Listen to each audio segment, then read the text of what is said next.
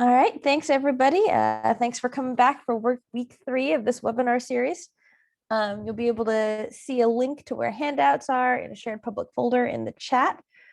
Today we are going to be talking about PBCore controlled vocabularies. I'm assuming everyone can hear me, but please give me a shout out if that's not the case. Just to reiterate once again, I would like to thank National Endowment for the Humanities for funding this webinar series and NEDCC for being our partners in presenting it.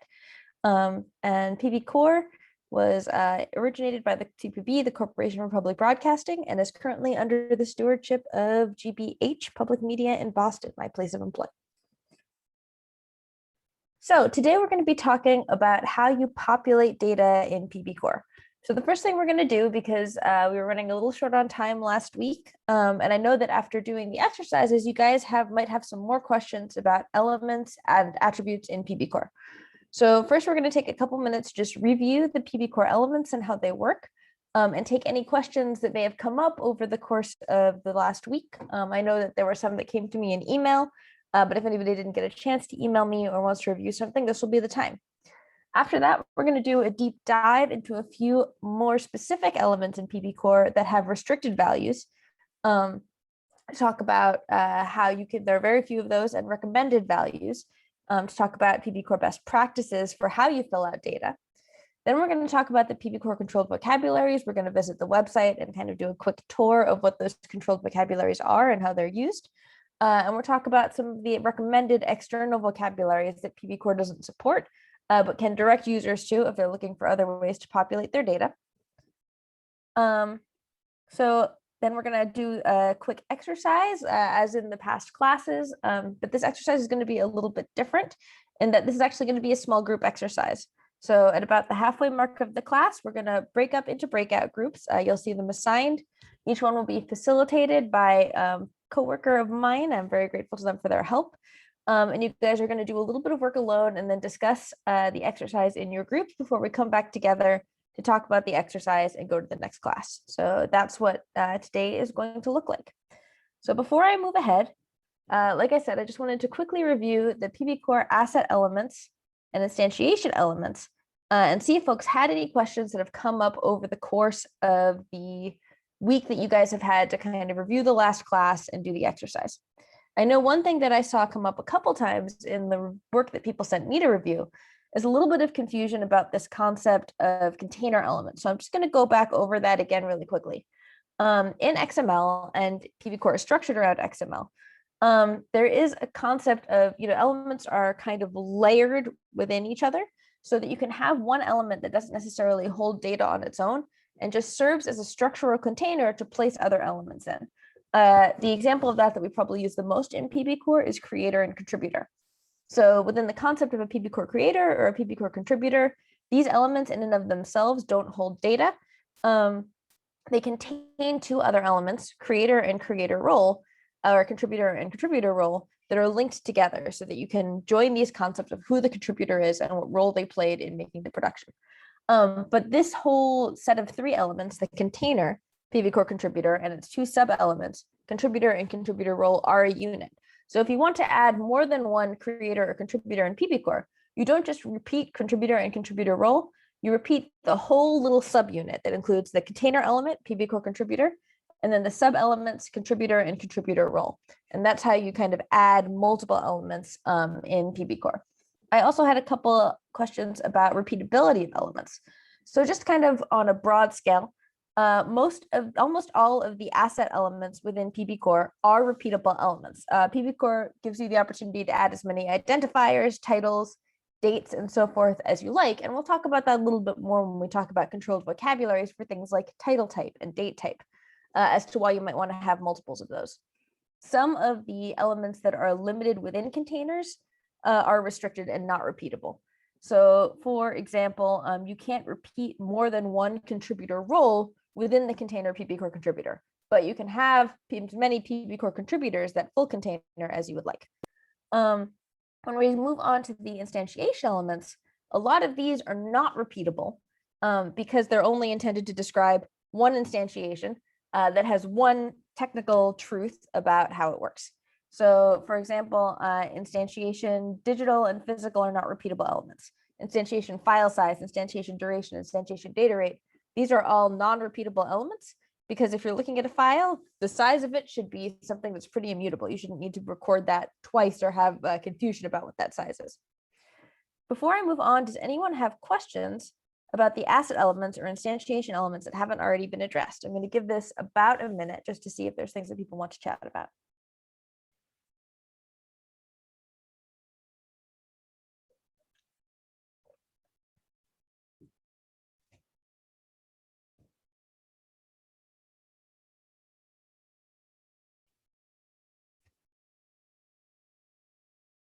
All right, I'm not seeing any questions come in right now, but if others come up that or points of confusion, feel free to jump in at any point during the class or to email me afterwards. So now we're going to talk about controlled vocabularies. I'm sure that some of you have experience of these already, but I just wanted to kind of include an illustrative example of why it's important to control the data that you use when you're doing cataloging.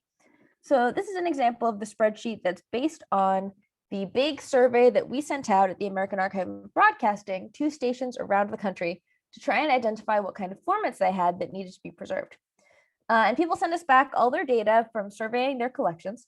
And we wanted to know, because we wanted to send to the vendor, how many quarter-inch audio tapes were part of these collections that needed to be preserved. And as you can see, people sent back a lot of identifiable data that was clearly talking about quarter-inch audio tapes, but was formatted in a variety of different ways. So we have quarter-inch audio tape, /n digital. I think this is a problem with someone's reporting out format in their digital asset management system. Quarter-inch audio tape, quarter-inch audio capitalized using the inch symbol, quarter-inch reel-to-reel using the inch symbol, format audio tape, tech code quarter-inch audio tape, format audio tape, material acetate-based audio tape, and so on and so forth. And these are all the different ways that the partners that we were working with identified quarter-inch audio tape within their own controlled vocabulary. So you can see that there's 297 format audio tape. This is one that had a lot of that, and then one quarter-inch audio. And if we were going to try and do something programmatic to add all of these up to tell our vendor this is how much quarter-inch audio tape we need to send to you to digitize, we would need to find a way to make that program understand that all of these different ways to refer to quarter-inch audio tape are in fact quarter-inch audio tape. And then if you look at that big spreadsheet, we had some things that were not necessarily so identifiable. These are other terms that people put in the format field. Some durations were in there. Ampex was in there. We had someone just put C. Envelope was in there, which is not really helpful for a media format. Inside sports, which is maybe not a format. Missing was in a couple of them. University of Minnesota, also not a format. Probably data that was intended to go in a different field. But because when we sent out these spreadsheets, the fields weren't controlled, there was no way to limit the vocabularies or the terms that could be used within them. Sometimes people might get confused and put data in the wrong field or put data that was intended to go elsewhere in this particular field. So this is obviously an extreme example. Usually people are going to have a pretty good sense of what kind of information they're trying to put in a field, and you're going to get something that looks more like this than like this. But it's still a good idea to try and limit the kind of terms that people are going to be using when cataloging as much as possible to ensure that they're mutually understandable. On the other hand, different organizations do have different needs and different terminologies that they may want to use that are going to be valuable within their context and not necessarily within other contexts. So PBCore has a lot of flexibility about what kind of terminologies you use, but we do make a lot of recommendations about controlled vocabularies. And so I'm going to be talking first about the restricted values in PBCore, recommended values in PBCore, and then our controlled vocabularies. So there are actually only two elements in the whole PBCore standard that have restricted values. One of them is coverage type. So PBCore coverage is another one of those container elements. No data goes directly into that element, it's within sub-elements. And it's intended to cover, this comes straight from Dublin Core, which has a coverage that's intended to be spatial or temporal. And that's intended to describe the general area that the content of the media refers to or takes place in, and the general time period that the content of the media refers to or takes place in. So here in this example, the temporal coverage of this asset, it covers approximately the period from 1607 to 1631. And we tag that as temporal coverage. And the only two values that could go in this coverage type element are temporal or spatial, because that's the only way that this this particular set of elements, PBCore coverage and then its sub-elements coverage and coverage type, are intended to be used. The other element with restricted values is instantiation language, which must be indicated using 3-letter codes from ISO 639, such as ENG, SPA, JPN, etc. This is kind of a legacy element in PBCore. Personally speaking, I think it would be better to recommend these terms than to require them, but because there are many languages that may not necessarily be included in ISO 639, and this is actually a problem that we've come up with before when we've been working with indigenous communities and have encountered, media that is recorded in languages that at this point ISO 639 has not assigned a code to, which obviously makes for a problem in cataloging, among other things. So I personally think that maybe in future versions of PBCore, we may change this to a recommended value rather than a restricted value. But when PBCore was developed, it was the developers thought that it would be better to ensure that these language codes were something that could be interpretable and understandable by a machine and strictly in line with the standard. So that's currently how the standards, how PBCore works. And so it's required to use these 3-letter codes within PBCore XML. The questions are, do dates get a date standard, and what do you do if there isn't a language code? These are really good questions. About dates, we're going to talk about that in just a minute. This is an example of kind of how I think the language codes should work. About what you do if there isn't a language code, well, either you break PBCore or you leave out the language element and add an annotation indicating the language. Neither of these are great solutions. So again, this is why I think that probably we should take out this restriction in the past. But in the most recent update of PBCore, we were a little worried that taking out this restricted element would break people's usage of PBCore that was already existent in databases and so forth. So we decided not to change it for now, but to be something this may change in the future. As far as dates go, we don't restrict dates because different people use dates in different ways. But we do have a best practice associated on this element. So best practice is to use ISO 8601, which, if you're not familiar with that, is the year, month, date, or some other date time standard. So we recommend that an institution pick a date time standard that is the most useful within their context, but we don't force them to use ISO 8601 if that, for whatever reason, is not best suited to their needs. We do something similar with Instantiation Digital, which is recommended to use a formal internet MIME type to indicate what the Instantiation Digital is. We basically use the MIME type as a controlled vocabulary for this field. However, there may be contexts in which an institution might not wish to use the MIME type for Instantiation Digital. They may find it as too specific or not specific enough for their needs. So again, we recommend it as best practice, but we don't require it. And finally, for instantiation time start and other duration-based elements, we usually recommend using a timestamp format, but different production houses use different timestamp formats. So again, we say pick a standard, stick with it, determine what that standard is going to be, and maybe encode your digital asset management system or the way in which you're using PBCore to ensure that that standard will be used. And that anything that doesn't meet that standard will send out a flag or will not flag as valid. But we don't require it. We allow for flexibility in users of PBCore to determine the standard that's going to work best for them. Do I have any questions about restricted elements before I move on to our PBCore controlled vocabularies? Suggestion, maybe in the future for language, you could specify language used in cataloging if the language of content is not known.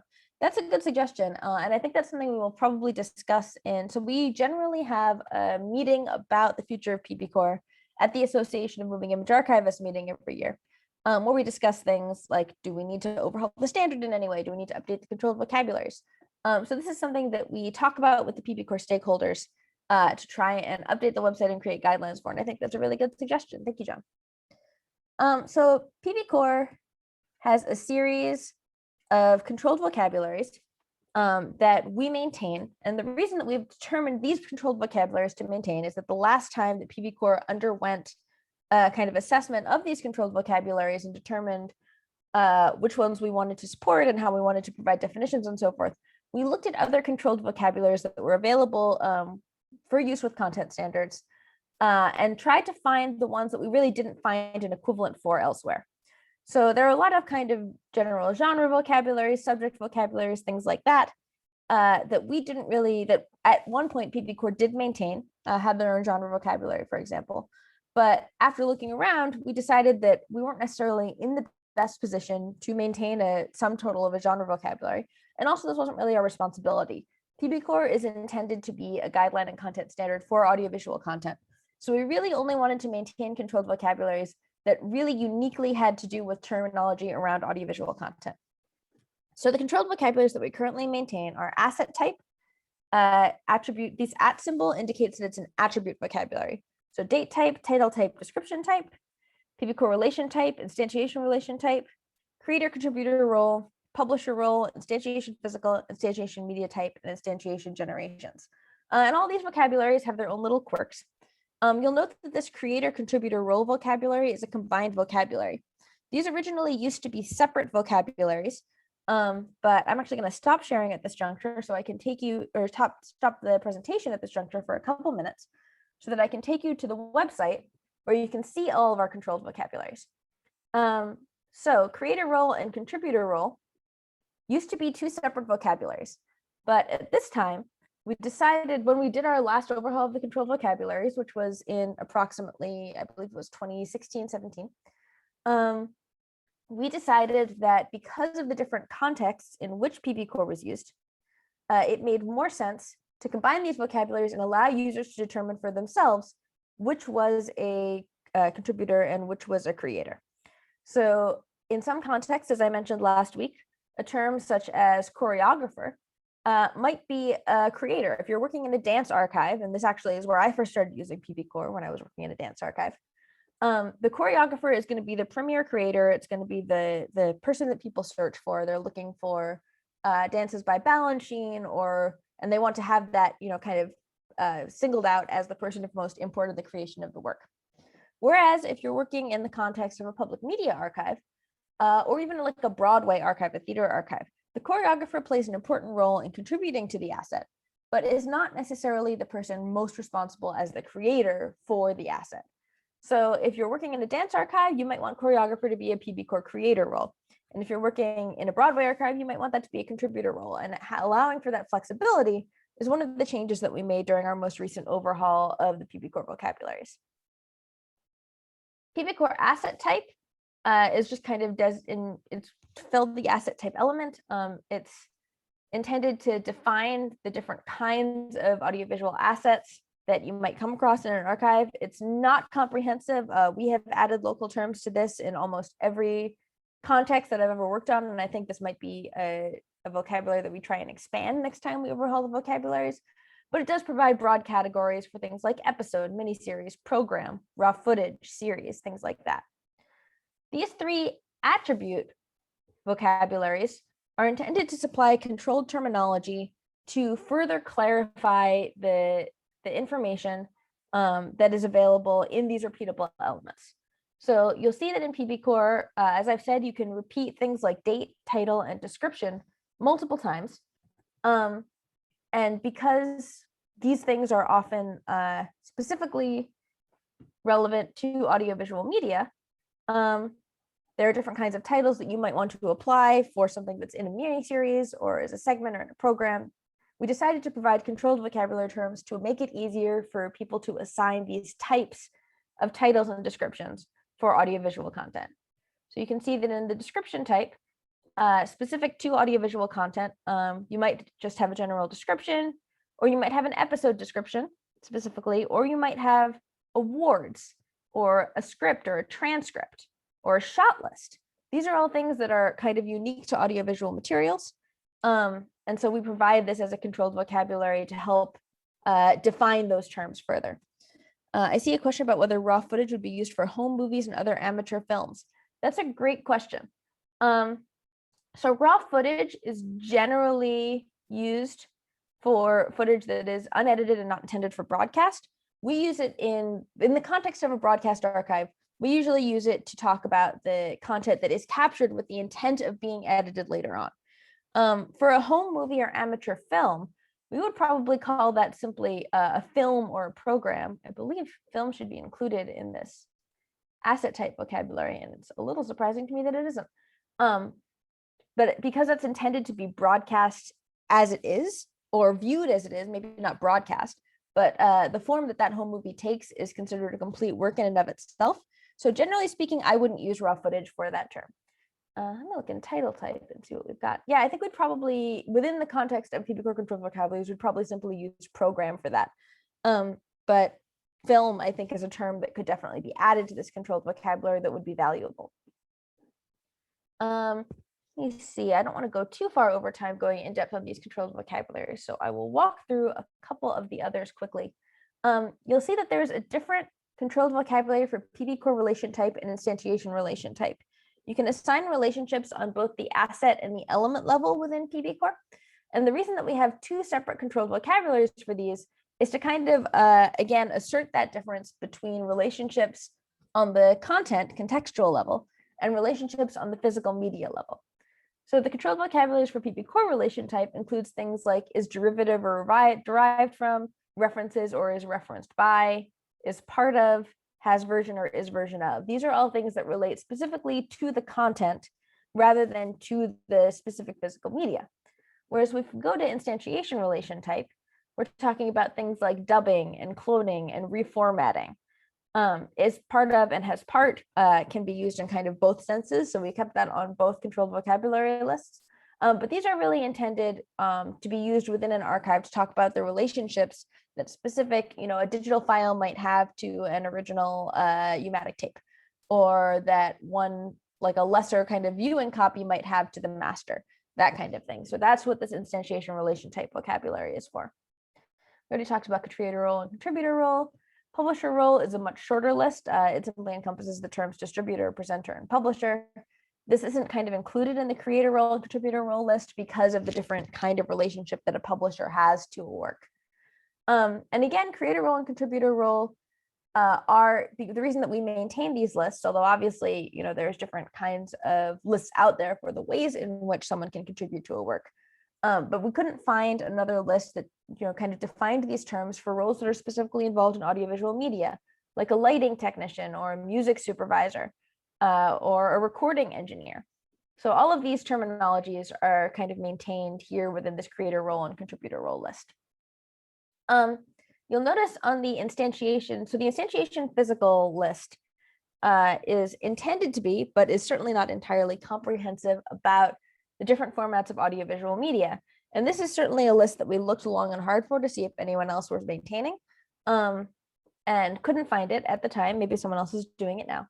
But because it's such a long list, there have been so many different kinds of formats of audiovisual media that have come into play over the course of the past 120 years.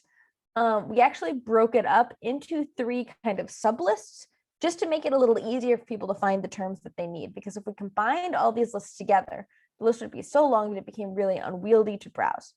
So all of these are really, kind of intellectually under one list. It's the Instantiation Physical Controlled Vocabulary list. We've broken it up into audio, film, and video just so that people can find the terms that they need. And we've tried to, in order, again, to keep it a little bit simpler and just not make this list go on and on and on and on, we've actually grouped some terms together. So for example, for instantiation physical video, we've got general terms for open reel videotape because not everyone can recognize open reel videotape on site. But then for 1-inch videotape, which has many, many, many different subformats, all of which are specific and require their own equipment to use. We've listed the different types of 1-inch videotape. And you can add, if you're going to be using this controlled terminology and you're going to define something as a 1-inch videotape, you can add a colon and say it's 1-inch videotape MVC10 or 1-inch videotape HGV 1000. And this is how we recommend using that term, so that when we're looking at this list, we don't list out all of these 12 different controlled vocabularies for 1-inch videotape. We just provide a guideline for how people should format that information. Similarly, for half-inch videotape, we do something similar for DVDs. So digital optical disc video format, and then we recommend that people add format information after a colon, for example, DVD, DVD-R, DVD, DVD-RW, et cetera, et cetera. So that's kind of how you use these lists.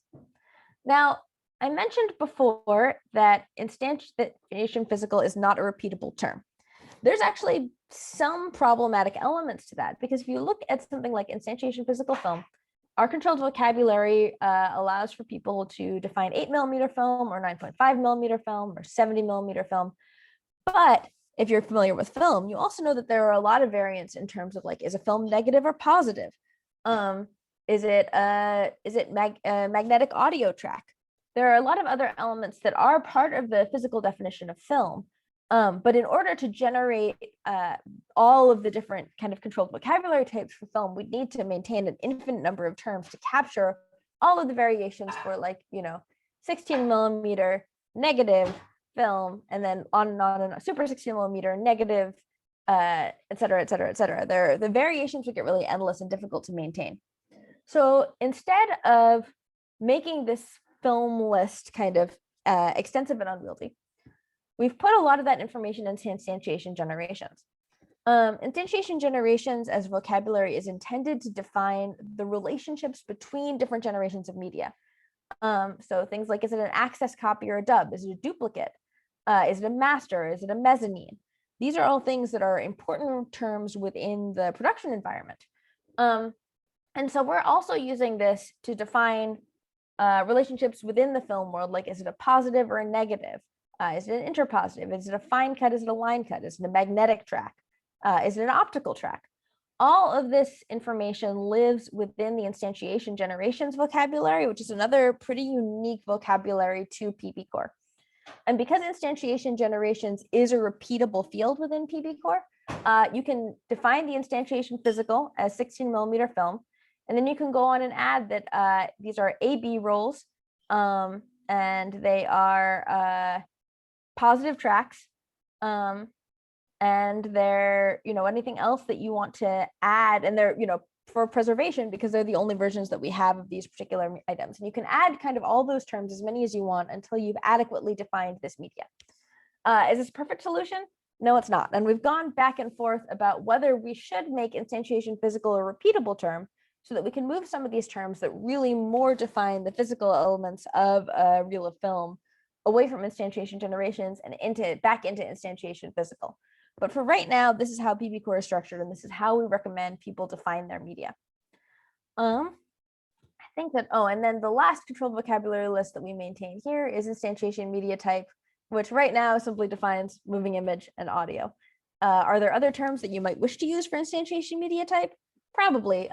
We thought about adding interactive content terms, for example. But because PBCore is generally considered to be a production standard for audiovisual media that includes, films, television broadcasts, etc., for right now, we haven't expanded this term list, although it's something that we may revisit in the future as, more users come to PBCore looking for the kind of terminology that fits their needs. Does anyone have any other questions about these controlled vocabularies before I move on to the last quick portion of my presentation for today?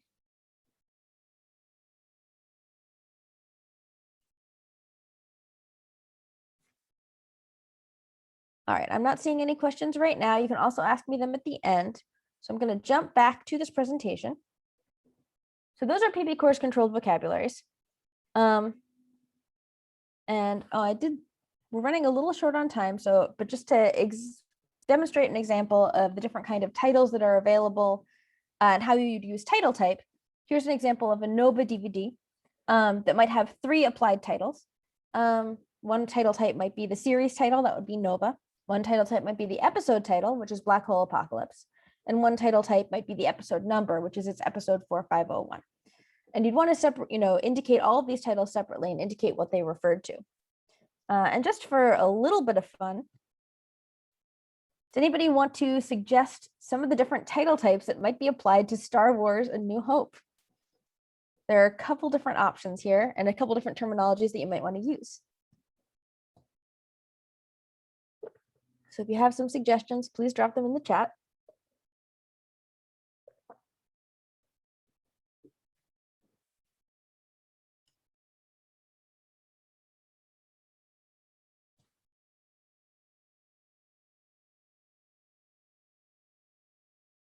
All right, I'm not seeing many suggestions come. Oh, Star Wars Episode 4.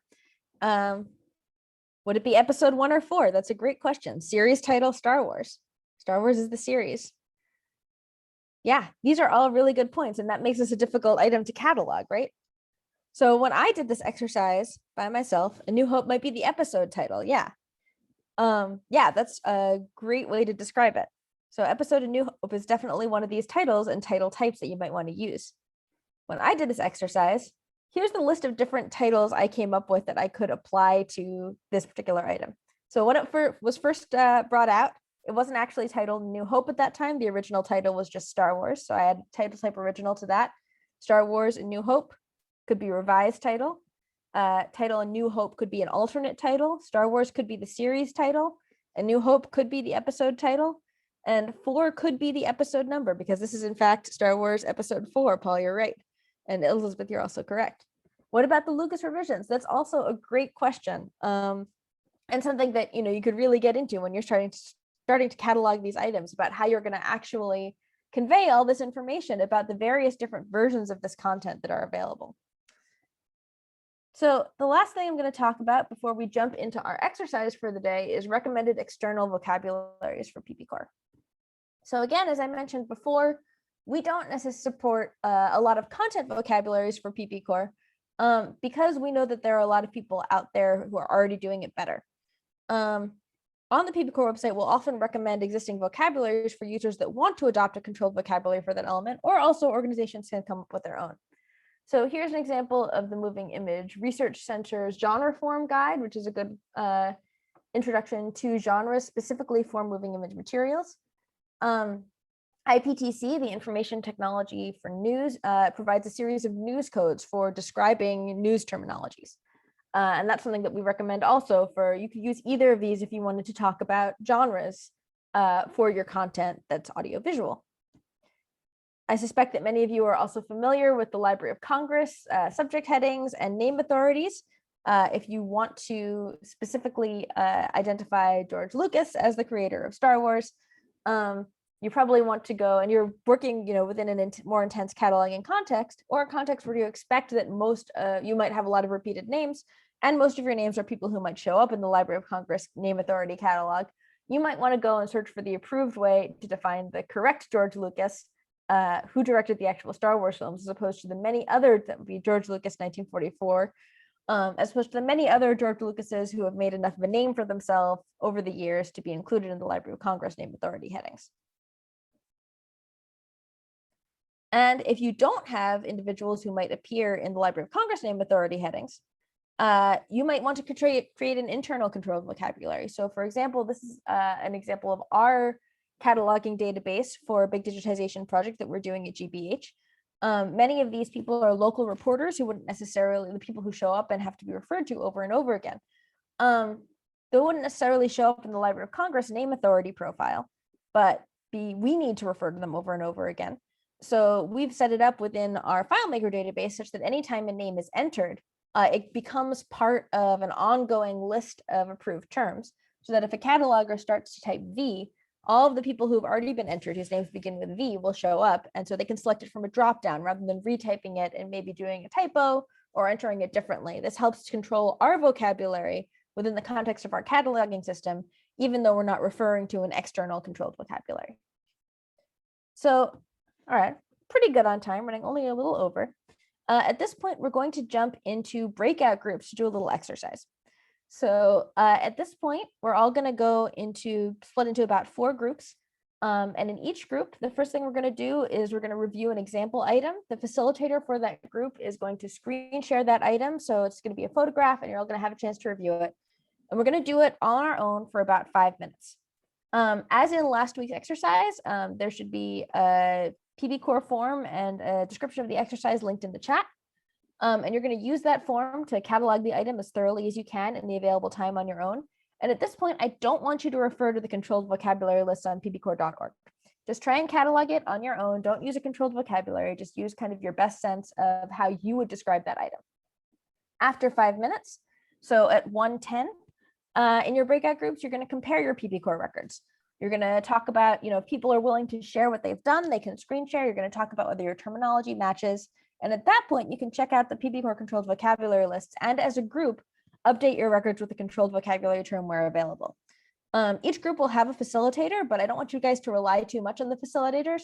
Try and do this on your own and, ask for help when necessary. The facilitators are mostly there to just kind of check on time and keep an eye on when everyone should come back from doing their own cataloging to the group, and when the group as a whole should come back to the main group.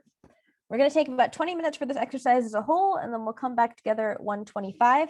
We'll briefly talk about how that went, and then we'll talk about what we're going to be doing next class. So thanks, everyone. Hope you enjoyed the exercise. We will be back together in 20 minutes. And Jason, if you could launch the breakout groups, that would be a great time to talk about what you found useful about doing this exercise, and if there was anything kind of complicated or confusing or helpful about using the controlled vocabularies over the course of cataloging these items.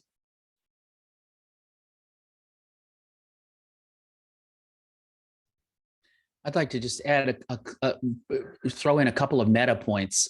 One, that in spite of all of the structure of PBCore, there still needs to be a lot of internal procedural documentation and agreements on who does on what gets done. We had, in a sense, we were doing that as our group. And the second big point is, absent digitization or actual playback, a significant amount of information that would be needed for cataloging just simply isn't available on the container itself. Yeah, but we were able to find a dozen pieces of data, but we need a lot more in order to make it a complete record. Yeah, that's a really good, both of those are really good points. So much of using any cataloging system, including PBCore, is about setting internal standards and figuring out what works best for your institution as an institution. And so much of AV cataloging is sort of trying to glean what information you can in the pre-digitization stage, and then going back and trying to capture as much as you can once you actually know what the content is.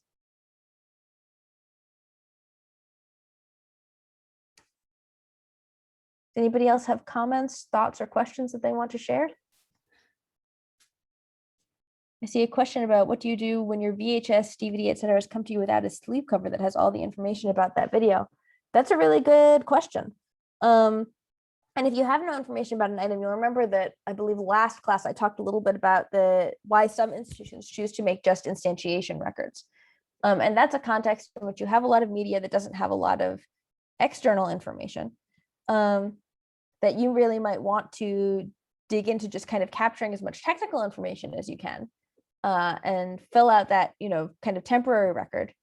And then try and make an assessment as best you know about the context of the media, whether it's worth digitizing and finding or playing back and finding more information about it that would give you some of that actual asset level content. Are there any other questions? We've got about 2 minutes left in the class. We were noticing that there isn't, or at least on that form, maybe there is further down in the weeds, a place to describe the preservation status, like, is it totally scratched, or is it, red? Yeah, has it faded to red or something like that? That's a really good point. And so one of the things that PBCore doesn't necessarily provide a place to do is talk about preservation status and preservation activities. And that's sort of intentional because there are already standards that do that really well, like premise, which is really designed to capture information about preservation metadata.